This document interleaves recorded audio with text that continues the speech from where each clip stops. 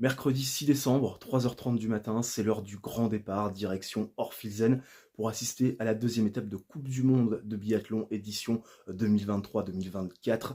L'Autriche nous attend, un grand voyage également, un peu plus de 15 heures de route pour rallier Bonport. On va faire le voyage en 2 jours, puisqu'on est attendu en tout début de soirée du côté d'Innsbruck, qui se trouve à 2 heures de route de notre destination finale. Au programme de la journée, une traversée d'une partie de l'Italie, petit crochet par la Suisse, et puis derrière, Innsbruck et l'Autriche. Je vous avoue que rien que de regarder le trajet, pour être tout à fait honnête, j'ai la nausée, mais l'avantage dans tout ça, c'est que vous venez avec moi. Le sac est fermé, la valise est bouclée, le bonhomme est paré, bah écoutez, c'est parti.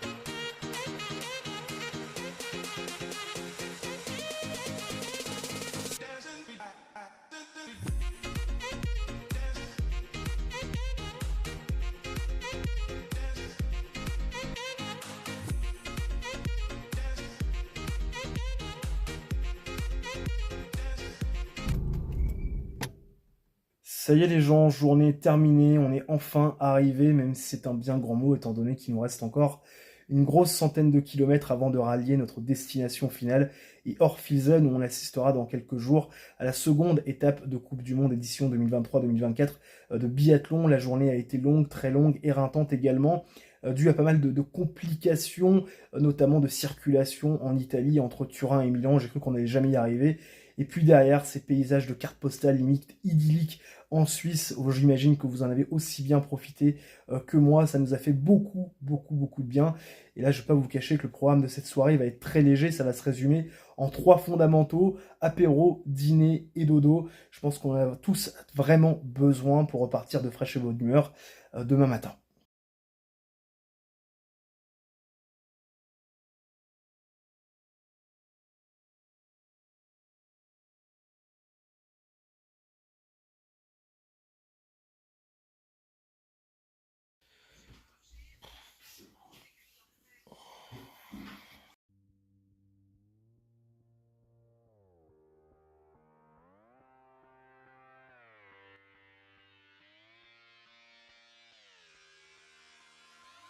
I'm just fucking lit, man, I'm just fucking lit. Drink a bottle of this shit, man, bottle of this shit. I'm about to write a hit, man, about to write a hit. No, I'm never gonna quit, man, never gonna quit. I just took another hit, man, took another hit. I'm about to lose my shit, man, about to lose my shit. Does she have a fucking wristband? Yeah, she needs that shit. Better get her out real quick, man, get her out real quick.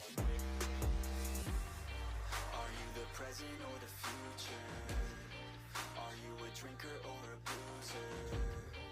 Are you a giver or a user? Are you a winner or a loser? And I said that I would never back down. And I said that I would never back down. And I said that I would never back down. I swore that I would never fucking back down. Ça y est les gens, on est enfin à Orphielzen, 2 heures de route, le trajet s'est bien passé, il fait beau, limite chaud, il y a pas mal de neige comme vous allez pouvoir le voir sur les prochaines images, un bien meilleur temps que ce qui était prévu initialement, donc là on va aller retirer nos accréditations puisque oui on est en super VIP tout au long de cette semaine et puis derrière on va aller trouver un petit restaurant histoire de profiter de la neige et de ce soleil qui tape sur Orphielzen, c'est vraiment très joli, je pense que vous allez vous régaler autant que moi.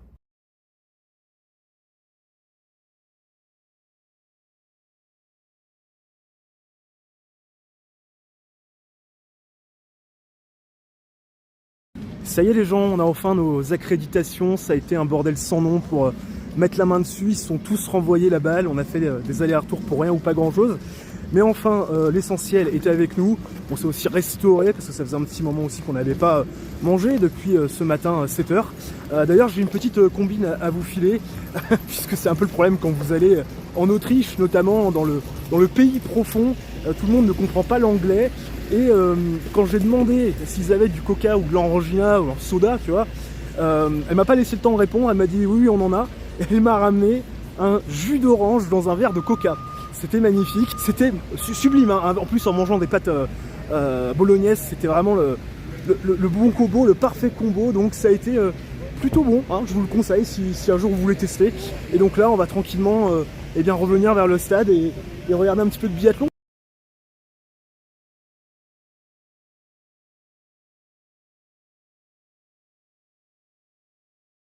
On est parti en reconnaissance, les gens notamment du VIP stand, là où on va avoir la chance de s'établir pour les 3 prochains jours. Une belle petite tribune avec pas beaucoup de recul, ce qui va vous permettre à vous d'avoir une meilleure qualité de vidéo. On est en face du pas de tir, on a également une belle visibilité sur la passerelle de début de parcours, également une belle visibilité sur l'anneau de pénalité. C'est assez sympathique, on est plutôt bien placé. Vous avez aussi, avec tout ce petit monde qui s'agglutine, eh bien les techniciens qui sont en train de tester les paires de ski. Julia Simon notamment est venue tester 2-3 paires de ski devant nous. Vous avez bien sûr l'arrivée qui est juste ici. On est extrêmement bien placé et puis on va aller aussi eh bien, découvrir la piste et voir si on voit pas de l'autre côté d'autres athlètes.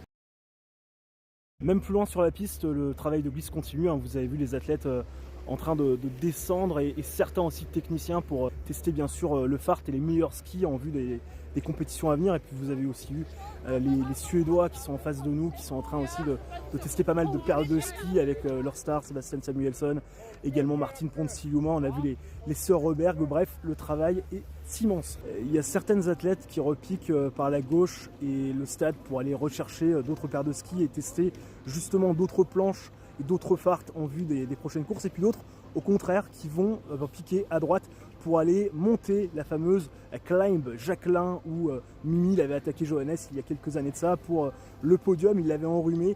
Bon petit souvenir d'ailleurs à ce moment-là. On est remonté vers le stade, il reste un peu moins de 20 minutes d'entraînement commun pour les hommes et pour les femmes.